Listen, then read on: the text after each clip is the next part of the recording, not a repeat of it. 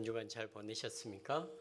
네, 우리 딱딱한 분위기를 없애기 위해서 옆 사람들과 좀 악수하시고 앞뒤로 인사를 좀 나눴으면 좋겠습니다.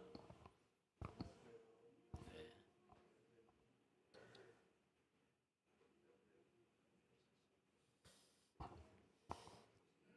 요즘 참 이상기후가 있는 것 같습니다. 타이완에 폭풍들이 중국으로 갔을 때 그 구름들 보셨는가요? 핵폭탄처럼 밀려드는 그 구름들이 이제 종말이 오고 있구나, 때가 됐음을 좀 인식하게 됩니다. 오늘 제목은 내 몸에 예수의 흔적을 가졌노라 라는 제목으로 함께 나누겠습니다. 네, 성경절 다 함께 읽어볼까요? 그런즉 시작.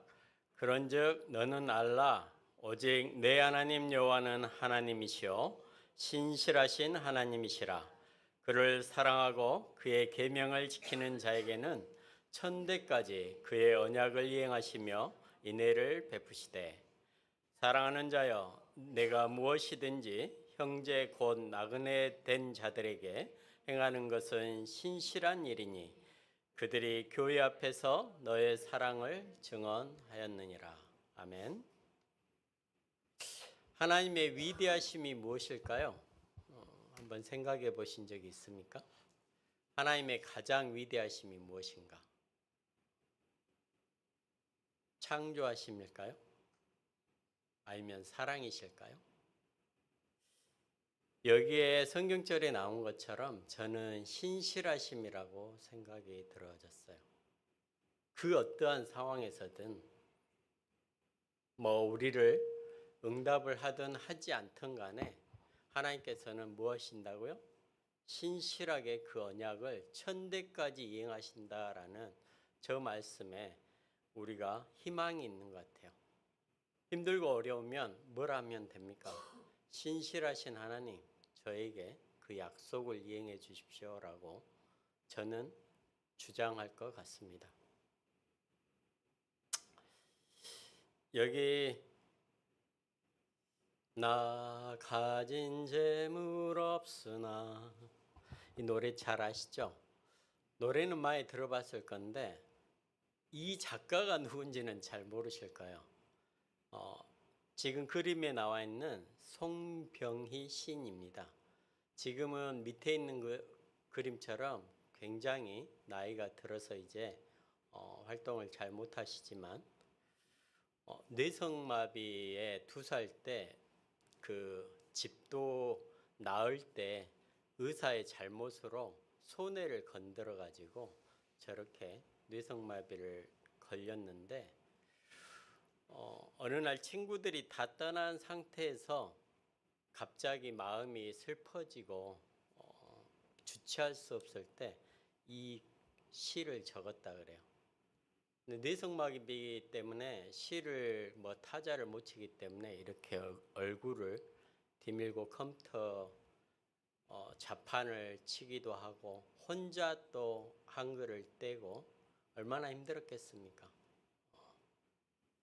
아무것도 할 수 없는 그 순간에 발견한 것이 하나님은 참 공평하시다 라고 하면서 하나님의 사랑을 예수의 흔적이라는 시 중에 이렇게 이야기하고 있습니다. 그 흔적은 십자가를 진 어깨의 멍이었고 골고다 언덕을 기어오른 무릎의 긁힘이었으며 죄를 끌어안은 가슴의 파열이었다라고 예수님의 사랑을 그 시에 적습니다. 밑에 그림에 잘 보이시지 않겠지만 우리 선병희 시인 옆에 한 약간 젊은 집사님이 계셔요. 박경란 간사님입니다. 하나님께서는 이 뇌성마비된 송병희 시인을 혼자 두면 외로울까 봐 저 박경남 간사를 30년 동안 옆에 두셔요. 누군가를 30년 동안 돌본다는 건 이거 부모 외에 쉬운 일입니까? 쉽지 않은 일입니까? 쉽지 않은 일이죠. 하나님은 늘 흔적을 남기시길 원한 것 같아요. 여기 사도 바울의 고백이 있습니다. 요즘 제가 사도행전을 쭉 되짚으면서 읽고 있는데 참 대단하다. 예수님께서 우리에게 이렇게 말합니다. 우리는 예수님을 따르는 제자입니다. 제자의 길에는 말보다 깊은 흔적이 남습니다. 저와 여러분들이 신앙생활을 하는데 깊은 흔적이 남은가 한번 떠올렸으면 좋겠습니다. 제가 실은 작년 10월 정도에 직장을 이제 그만두게 되었어요. 불가피한 사유로.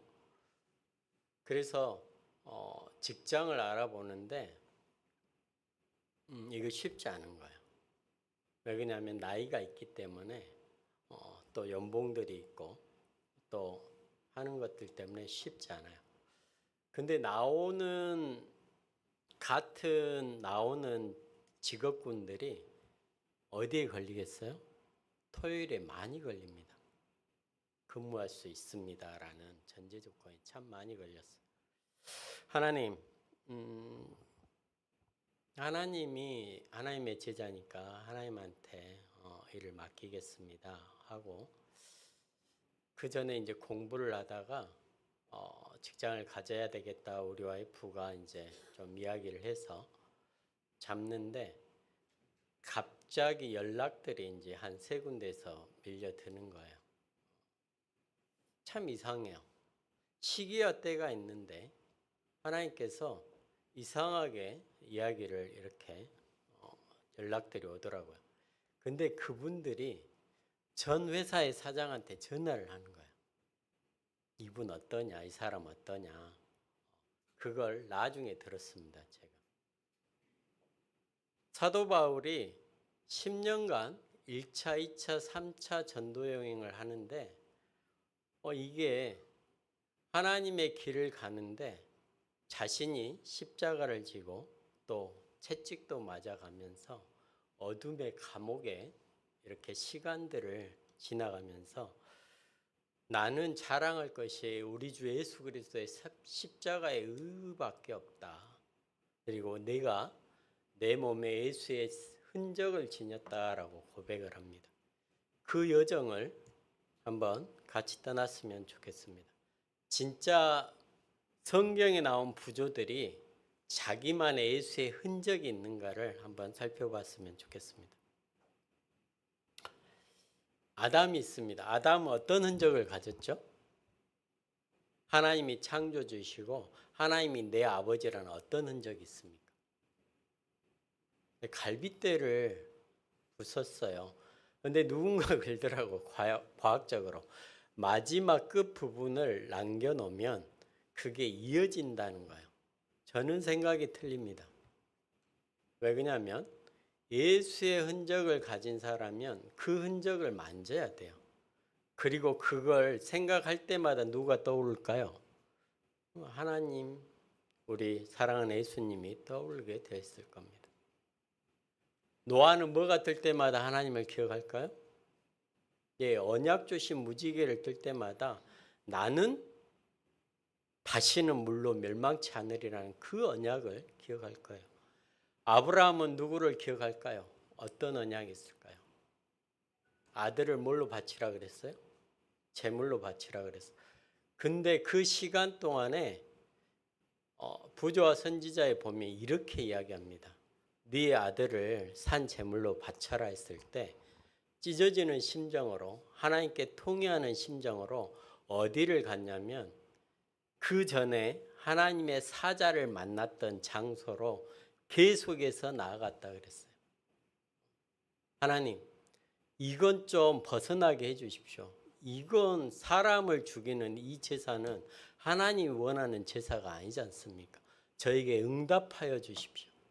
힘들고 어려울 때 아브라함이 뭐라고 했다고요? 하나님께 간구하고 통곡을 했어요. 근데 하나님께서 아무런 응답도 하지 않으셨습니다. 단 내 아들을 바쳐라 라고 이야기를 하셨어요. 이 얼마나 참 처참한 상황입니까? 근데 여호와 일행인 하나님께서 이삭을 죽이려 할 때 그 준비된 양처럼 이제 이삭을 볼 때마다 누구를 떠올릴까요? 그 이삭을 구원해 주신 하나님이 떠오를 겁니다. 아, 부조들이 흔적을 가지고 있습니까? 나의 흔적은 뭘까요? 저는 경험한 것이 실은 이제 하나님과 동행하는 하나님이 보호하신다라는 경험들을 좀 하게 됐는데요. 제가 출장을 많이 가거든요. 출장을 많이 갔는데 졸음운전이 가끔씩 했어요. 근데 가드레일 중앙을 받았습니다. 차가 붕 떴어요. 아, 이건 대형 사고다. 눈을 떴는데 가드레일 받고 있더라고요. 그래서 이제 들어왔어요. 그 차가 전복이 안 되고 그냥 왔어요. 차들이 엄청나게 손상을 입었겠구나. 빵 소리가 났거든요. 그리고 날랐거든요. 와서 봤는데 다행히 휠만 살짝 흠집이 있고 차가 멀쩡한 거예요. 아, 하나님 감사합니다. 졸음운전 하지 않도록 제가 저를 다시 한번 주의하겠습니다. 근데 그게 한 번이 아니죠. 야곱이 천사가 환도뼈를 때렸습니다. 그 뒤로 야곱은 똑바로 못 걸었어요. 쩔뚝쩔뚝 하면서 갑니다. 쩔뚝쩔뚝 할 때마다 누가 떠오를까요? 내가 하나님을 이겼다. 너는 이제부터 이스라엘이라고 명하겠다. 야곱이 이스라엘로 이름이 명명될 때 그 절을 때마다 내 이름은 이제 이스라엘이구나. 내가 이제 모든 민족들을 책임질 아버지로 다시 태어났구나. 그게 그분의 흔적이었습니다. 발걸음을 걸을 때마다 하나님 감사합니다. 저 같은 죄인도 살려주셔서 감사합니다. 그리고 이 민족들을 이끌게 해주셔서 감사합니다. 밑으로도 모세, 다인, 요나, 에레미야, 침례 요한, 스데반, 사도 바울, 그리고 우리에게 뭐라 말씀하시냐면 어린 양의 피로 씻긴 흰 옷을 입히겠다.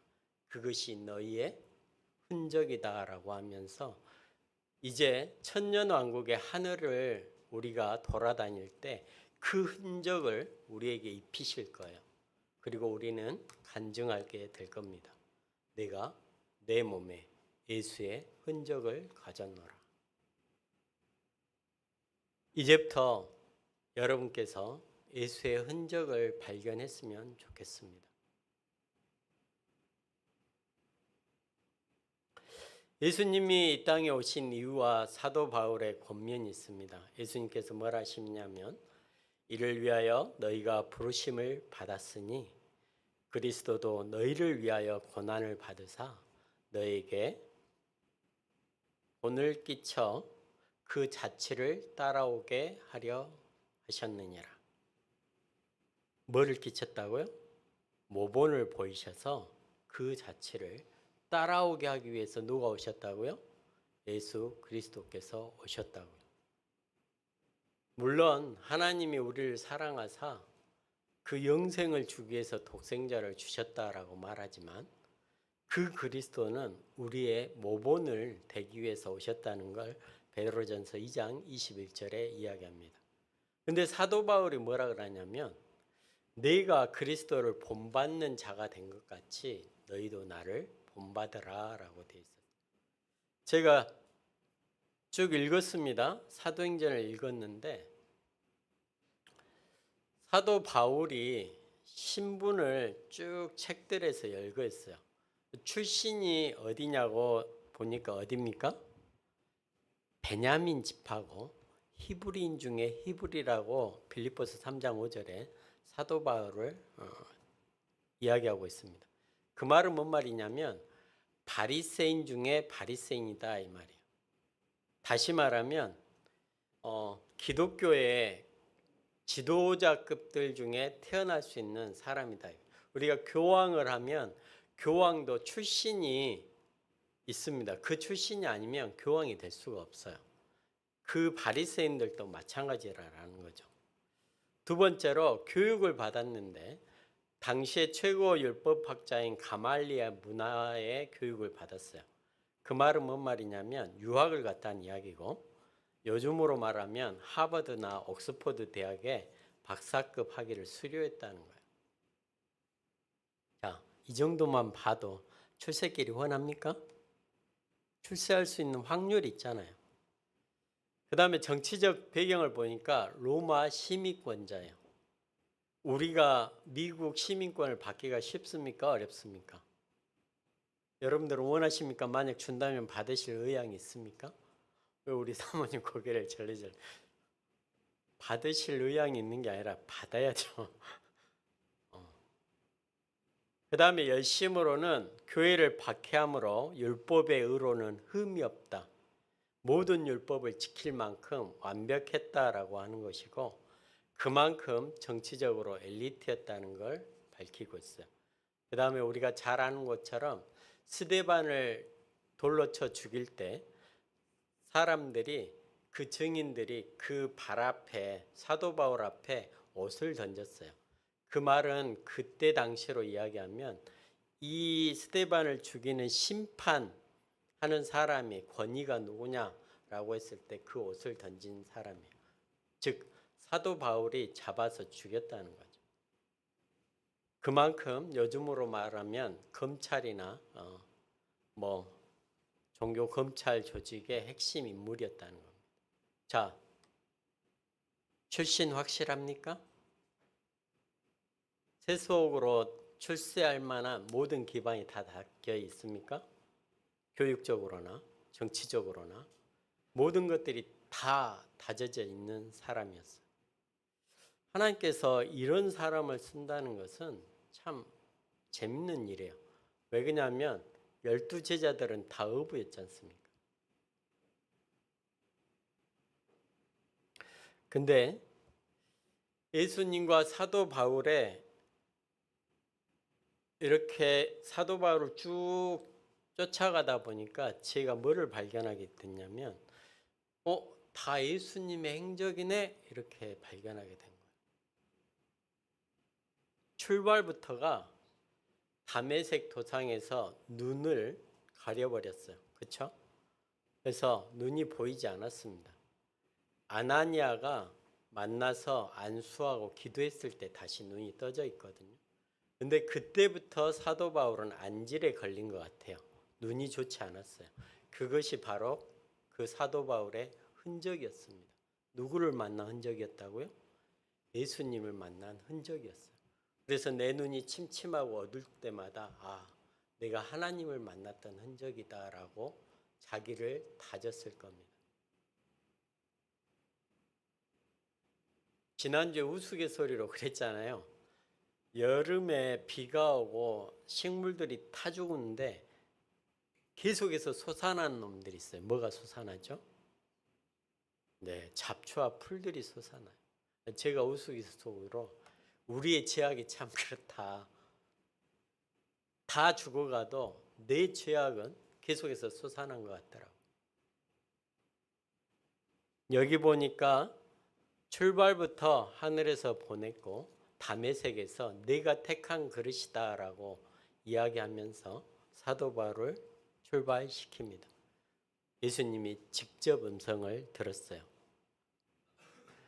그리고 유대와 갈릴리를 돌아다니면서 예수님이 순방하는 것처럼 사도 바울도 세 차례 전도 여행 10년 동안 이 아시아부터 예루살렘부터 온 유대, 사마리아 그리고 땅끝까지 전도하라는 그 말씀대로 전파하게 됩니다. 그리고 안식일마다 예수님께서 회당에서 가르치는 것처럼 또 사도 바울도 모든 각 도시의 회당에서 먼저 복음을 전해요. 그리고 유대인뿐만 아니라 예수님께서 사마리아 여인에게, 스로보니게 여인에게 또 복음을 전파했던 것처럼 사도 바울도 이방 선교의 첫 문을 열고 지금 우리가 그 영향으로 감사함으로 그 복음을 받아들이고 그 길을 가고 있는 것 같습니다. 핍박과 거절이 있었습니다. 맞습니까? 예. 뭐 말을 안 해도 엄청나게 핍박과 돌을 맞고 죽을 뻔하고 배가 풍랑에 만나 파산되고 40에 한 대 감한 매를 5번이나 맞고 그럼에도 불구하고 사도 바울은 내 몸에 예수의 흔적을 가졌노라라는 그 신념으로 끝까지 가게 됩니다. 결국은 순교하죠. 여기 보니까 직업과 사역을 병행했어요.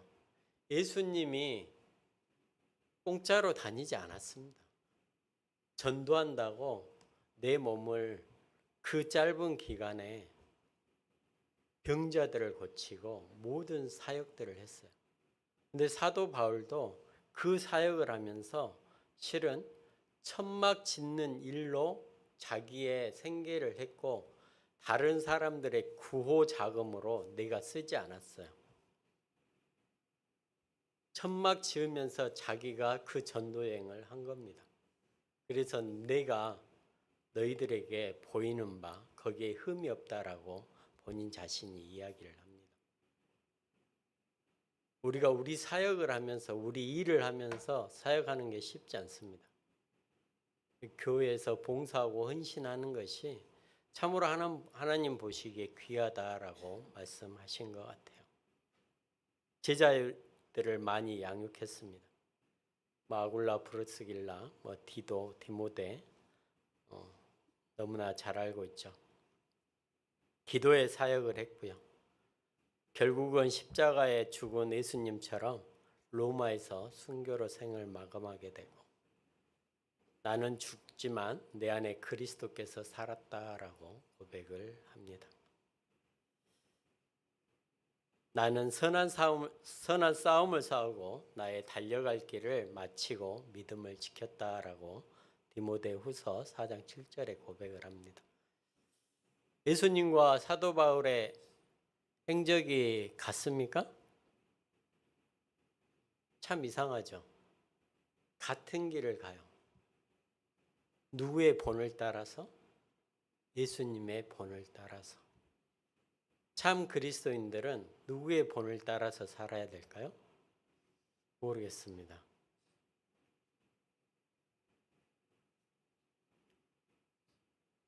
글자가 좀 잘 안 보여서 저걸 나눴어야 되는데 죄송합니다.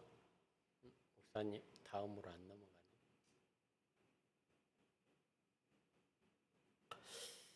네. 아까 뭐를 버렸다 그랬죠? 사도 바울이 자기의 신분을 다 버렸습니다. 그리고 천막을 짓는 일을 하면서 자기의 전도 여행을 떠났어요. 아버지의 뜻대로 주의 뜻이면 예루살렘에도 가고 죽을 준비가 되어 있습니다라고 고백을 합니다. 아까처럼 돌에 맞고 채찍에 맞고 깊은 바다에 버려지고 옥에 갇히고 결국은 엄청난 매를 맞으면서도 끝까지 포기하지 않고 믿음을 지킨 사도 바울입니다. 지금 이 시대에 참으로 평안하고 참으로 교회 다니기 편합니다. 우리에겐 뭐가 없습니까? 예수의 흔적이 없습니다. 저와 여러분들이 예수의 흔적을 갖기를 참으로 원합니다. 그리고 말하는 게 내가 말하는 것이 아니라 아버지께서 말씀하신다라는 것처럼 내 안에 그리스도께서 사신 것이다 라고 이야기하고 있습니다. 죽은 지 사흘 만에 부활하셨던 것처럼 항상 나는 살아있었다라고 또 사도 바울은 고백합니다. 참, 예수님만 드러난 삶이 얼마나 좋았으면 저럴까요? 여기 그림에 보이시는 마라토너가 있습니다. 영국의 2019년도에 마라톤에서 결승선에서 넘어졌어요. 그리고 그 결승선을 향해서 기어갑니다. 물론 1등은 아니에요. 그런데 그 결승선에서 끝까지 그 결승선을 통과합니다. 근데요, 저 선수, 그녀의 일생에 가장 베스트한 성적을 낸 대회였어요. 자기의 신기록을 깬 겁니다. 예수님은 우리에게 구원이라는, 영생이라는 참 좋은 것을, 그 어느 것과 또 바꿀 수 없는 참 좋은 선물을 주시지만 우리가 걸어야 할 길, 우리가 서야 할 자리, 우리가 인내해야 할 고통, 우리가 어떻게 사랑하는지를 몸소 보여주었기 때문에 우리의 모본이 어떠한지를 예수님을 보고 그 길을 따라가는 저희가 됐으면 좋겠습니다. 참 쉽지 않은 길이에요. 그리스도인들의 삶의 길들이. 근데 그 길을 보고 누군가는 따라온다라는 것입니다.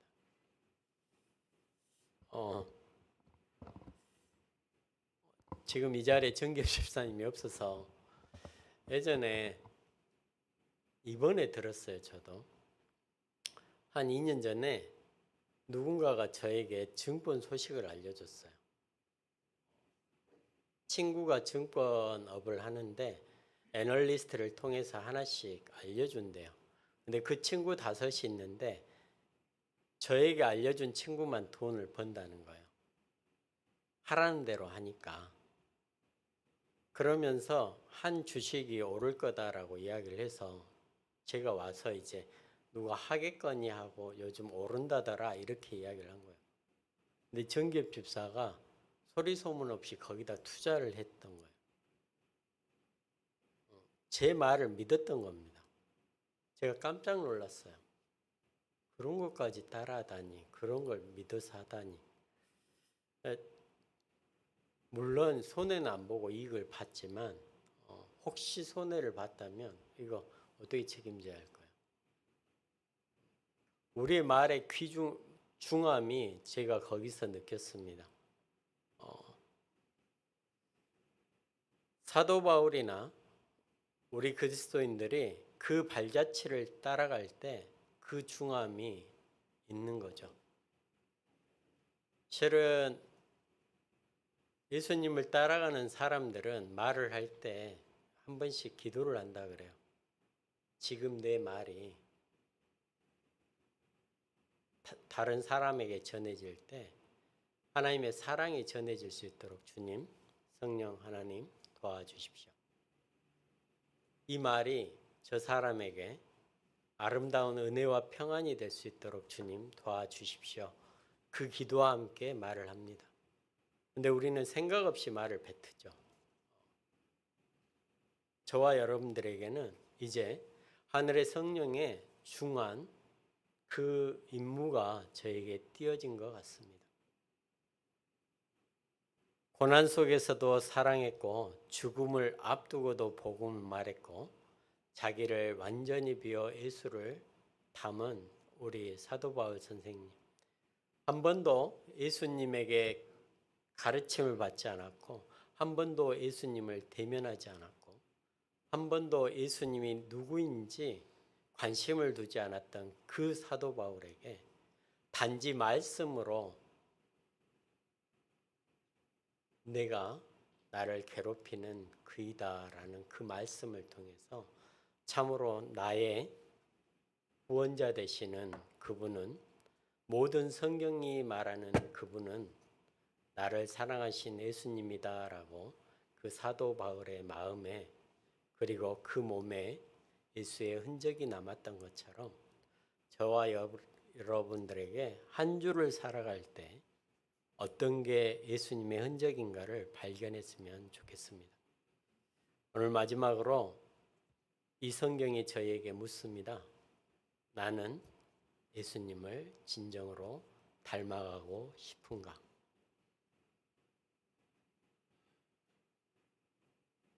행복했으면 좋겠습니다.